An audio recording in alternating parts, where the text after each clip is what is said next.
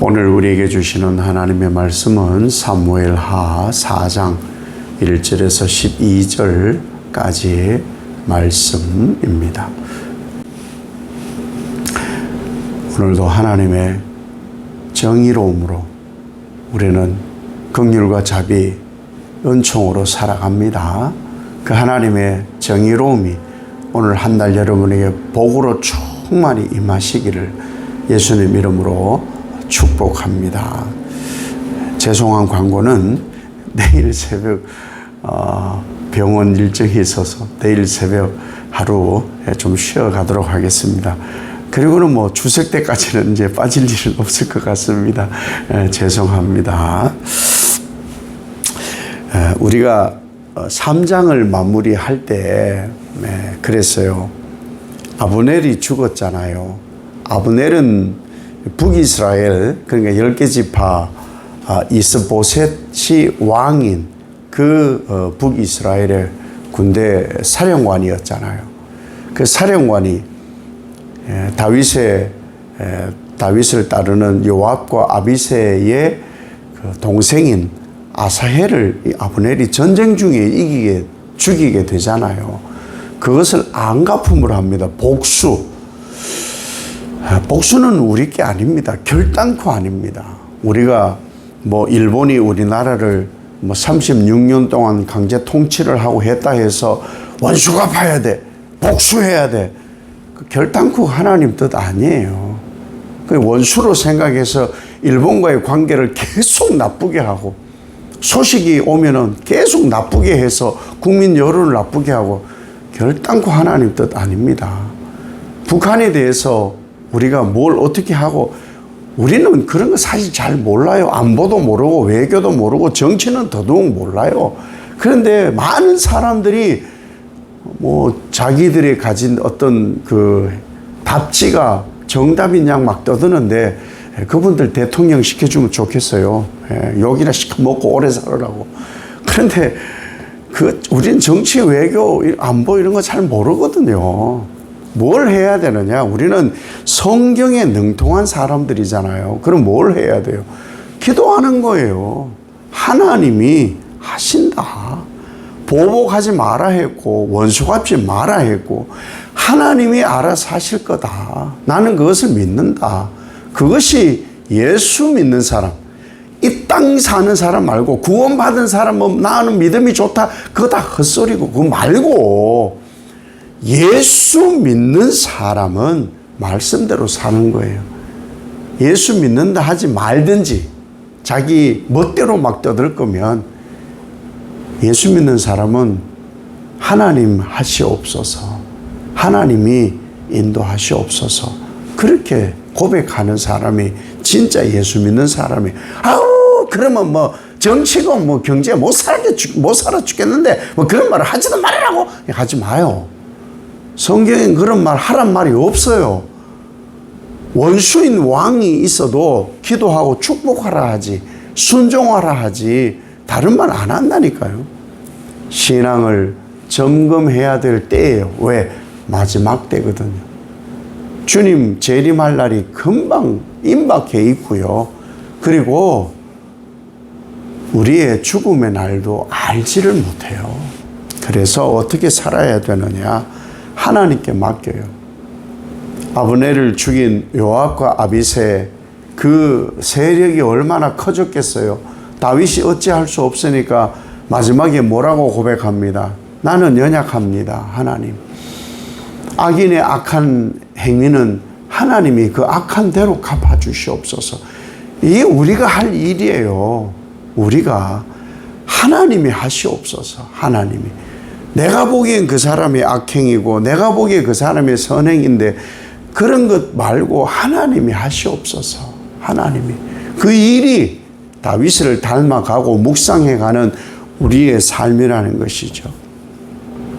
이 아브넬이 죽으면, 이 북이스라엘이 왕보다도 더 세력이 강력했던 아브넬이 죽으면 북이스라엘이 잠잠해지고 조용해지나요? 아닙니다. 더 혼란스러워집니다. 왕은 자기가 그래도 의지했던 이 아브넬이 죽으면 불안해하게 됩니다. 예, 위협을 또 받게 되거든요. 아브넬의 기세에 눌려있던 세컨, 서드 이런 그 기회주의자들, 손익 계산을 따지던 사람들이 또 있기 마련이에요. 그러니까 대번에 누구가 나타나느냐, 레갑과 바나라는 사람이 등장을 하거든요. 참 사람들 악해요. 이런 거 보면은 베냐민 지파거든요. 사울 집안이 베냐민 지파예요. 그런데 그 베냐민 지파의 사람들이 배신하는 거예요. 아브넬이 죽으니까 야, 한번 계산해보자. 우리가 이스보셋을 섬겨서 이게 꼬라지가 되겠냐. 그리고 요나단의 아들이 있는데 무비보셋이란다. 그 다음이 왕권이 그리 넘어갈 텐데 도망가다가 떨어뜨려가지고 유모가 다리를 다쳐서 장애가 있다는데, 야, 이거 앞날 계산해 보면은 답이 안 나오지 않냐? 그래서 뭐 합니까? 기회주의자들, 손익 계산을 다 따진 사람들이요, 항상 하는 일이 뭐냐? 왕권을 탈취합니다. 그것이 우리나라 500년 역사에 있는 거예요. 왕권 탈취. 그래서 레갑과 바나가 하는 일이 뭐예요? 아브넬 장군이 죽었으니까 우리가 이스보셋을 중심으로 열심을 다하여 이스라엘을 섬기자가 아니에요. 다윗에게 붙어야 되겠지. 다윗에게. 다윗이 지금 대세야. 다윗이 대세야. 그러니 다윗에게 붙자. 그런데 우리가 어떻게 맨손으로 가냐? 빈손으로 가가지고 우리 좀 받아주세요. 우리가 어떻게 그렇게 해? 맨입으로는 안 되고. 아마 다윗 왕은 그 생각할지도 몰라. 평생 자기를 쫓아다녔던 원수가 사울 아니야? 그러니까 사울은 죽었고, 그러니 그 아들 이스보셋을 죽여가지고 그 목을 가져가면은 이만한 전리품은 없을걸? 잔인하지요. 진짜 잔인합니다. 그래서 진짜 이것을 실행에 옮겨요. 이스보셋을 죽여요. 살해하죠. 살해. 그래서는 기회를 얻으려고 다윗 왕을 찾아가게 되는 것이죠. 왜 이런 일이 벌어지는지 아세요? 이것은 에덴에서 사탄이 죄를 심은 그 이후 가인과 아벨 후손들에게 나타나는 인간의 악함이에요. 죄의 본능이죠. 죄의 본성이 우리에게 있는 것을 가지고 우리는 사실 깜짝깜짝 매일매일 놀라야 됩니다. 사실 저는 그래요. 매일 깜짝깜짝 놀라요. 이런 악함과 이런 정의롭지 못한 악인의 모습들, 생각, 마음먹음, 보고 듣는 것들이 워낙 많거든요. 깜짝깜짝 놀랍니다.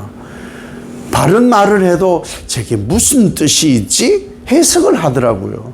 보아도요, 본 것만 봐도 좀 입 다물어야 되는데, 본 것을 봐도 입 다물어야 되는데 부풀린다니까요. 생각이라는 것에는요, 하루에 저녁에도 뭐 빌딩을 수백 개를 지었다 헐었다 하는 것이 우리 생각 아닙니까? 생각이 바르지 않아요. 왜? 오염된 것이 많아서. 그러니 이런 생각, 악한 생각을 할 수밖에 없는 거예요. 사람 살해가 이게 쉬운 일이고 선한 일입니까? 이것을 가지고 다윗에게 갑니다. 다윗에게 가가지고 참 이런 사람들이 입버릇처럼 하는 말이 있는데 그게 뭔지 아세요? 여호와께서. 정말 경멸이에요. 사무엘 선지자가 한 말을 우린 잊어서는 안 돼요.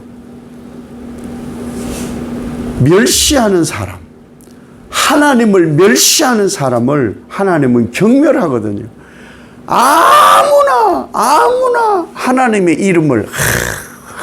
이름을 여호와께서 하나님의 뜻이라고 나중에 다 되갚음 받아요. 그러니 함부로 말하는 게 아니에요. 정말 함부로 말하면 안 돼요. 하나님의 이름을 망령되게 사용해서는 안 된다는 거예요. 그래서 저는 주의 종이니까 특별히 더 조심스럽게 저를 쳐가면서 조심스럽게 말씀을 드리는 거예요. 함부로 말할 게 아니에요. 살해했다고. 사울이 원수 아니시냐고. 그 원수의 아들을 죽였다고. 이제 두 발 뻗고 주무셔도 된다고. 다윗이 사울을 못 죽여 안 죽인 게 아니에요. 하나님의 역사에 맡긴 대로 다윗이 살아가는 거거든요. 그래서 다윗이 이 레갑과 바하나를 보고 뭐라고 합니까? 아마 이런 장면이지 않았을까 싶어요. 왕좌에 앉아가지고 턱을 탁 괴고 레갑과 바하나라고 혹 너희들 내가 시글락에 있었다는 얘기는 들어봤냐? 시글락에 내가 있었는데 어떤 사람이 사울 왕을 죽였다 하면서 목을 베었고 그리고는 이 왕관하고 팔찌를 가져왔더라. 그래서 내가 물어보니까는 여차저차해서 자기가 죽였다고. 왕이 원수를 죽였다고. 내가 얼마나 마음이 아팠는지 아냐? 내가 그 사람 어떻게 했을 것 같냐? 내가 그 사람 죽였어. 왜 죽였는지 알아? 하나님의 기름 부음 받은 자를 죽였기 때문에 내가 죽였어. 내가 그 사람도 좋은 소식을 전한다고 했던 그 사람도 내가 죽였는데, 야, 너희는 어떻게 해야 되냐? 지금 이런 장면인 거예요. 다윗으로서는 기가 막힌 일이에요. 할 수 있는 대로 다윗은 손에 피를 묻히지 않으려는 것이 눈에 보이잖아요. 그래서 다윗은 악한 행위를 한 자들에 대하여서 하나님께 고백한 것이 있기 때문에 이 레갑과 바하나는 죽음을 면치 못하게 됩니다. 하나님이 세워가시는 나라를 우리는 꿈꾸고 있어요. 우리가 가야 될 곳이 어디예요? 예수 믿는 최종 목적이 뭡니까? 하나님 나라예요. 하나님 나라. 하나님 나라는 어떤 사람이 가느냐? 예수 그리스도를 주로 고백한 사람이 가는 거예요. 예수 믿는다. 그걸로 끝나는 게 아니라니까요. 구원 받았다. 영생 얻었다. 거듭났다. 그걸로 끝나는 게 아니에요. 교회 왔다 갔다 하는 게 끝나는 게 아니고 최종은 하나님 나라 입성이에요. 하나님 나라 입성. 천국.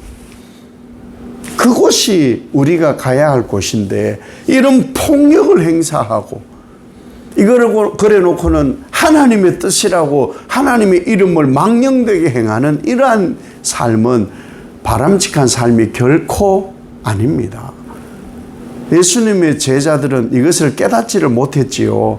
그래서 어디에 붙어야 되냐? 예수님께 붙어야 돼. 예수님이 예루살렘에 가신대. 야, 그래. 야, 이제 드디어 한 자리 차지하는구나. 아무리 예수님이 죽고 죄를 사하고 너희를 구원시켜 하나님 나라를 주기 위하여 내가 이 일을 한다고 해도 알지를 못하니까 한 자리 차지하는 거야. 한 자리. 우리는 하나님 나라를 가고 예수님을 믿는 것이 한 자리 차지함이 아닙니다.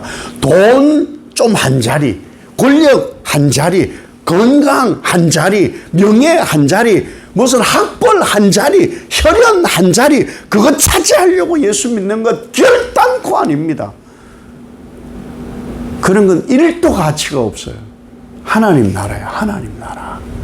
하나님 나라에 갈 나인가? 나는 하나님 나라에 갈 만큼 악을 지워가고 있는가? 하나님 나라가 부끄럽지 않을 만큼의 나는 선하고 깨끗한가? 정결하고 우술초에 씻음이 늘 필요한 사람인가 아닌가? 이것이 우리가 매일매일을 살아가야 될 삶의 걸음걸음이라는 것이죠. 하나님은 우리에게 무엇을 베푸셨느냐? 원수 같은 나에게 베푸심이 긍휼과 자비와 사랑이에요. 내가 원수로 생각하고 뭔가 틀어지고 뭔가 마음에 안 들고 이러한 것에 있어서 철저하게 되새겨야 되는 것이 긍휼과 자비와 사랑이에요. 무조건 베푸신 하나님의 그 은혜. 저는 지난 주간에도 엄청 나쁜 짓도 많이 했거든요. 쉬는 주간이면서도 불구하고 상상은 하지 마요. 예를 들어 드리는 거예요. 상상은 하지 마시고 하나님의 긍휼과 자비와 사랑이 있어야 사는 거예요. 한순간 놓치면요 살아갈 것 같죠. 나락이에요. 나락. 이걸 놓치지 않는 것이 하나님의 은혜이고 하나님의 정의와 공의를 세워가는 일입니다. 쉽지 않지만 성령께서 하고 계십니다. 이 일을 이루셔서 오늘도 하나님의 은혜가 충만하구나. 나는 하나님밖에 없어요. 이 고백이 여러분 침상에 누울 때 고백이 되시기를 예수님 이름으로 축복합니다. 아버지 하나님, 폭력이 난무하니까 정치, 경제, 사회, 문화 여러 곳이 무질서하니까 그것이 질서인 양 살지만 아닙니다. 하나님의 긍휼과 자비와 사랑으로 우리는 살아갑니다. 예수 그리스도께서 보이신 이 은혜로 우리는 삽니다. 오늘 하루도 이것을 놓치지 않게 하시고 내 손에 든 돌을 내리고 하나님 손에 잡혀진 예수 십자가 보혈의 은총으로 사는 한 날 되게 하옵소서. 예수님 이름으로 기도 올리옵나이다. 아멘.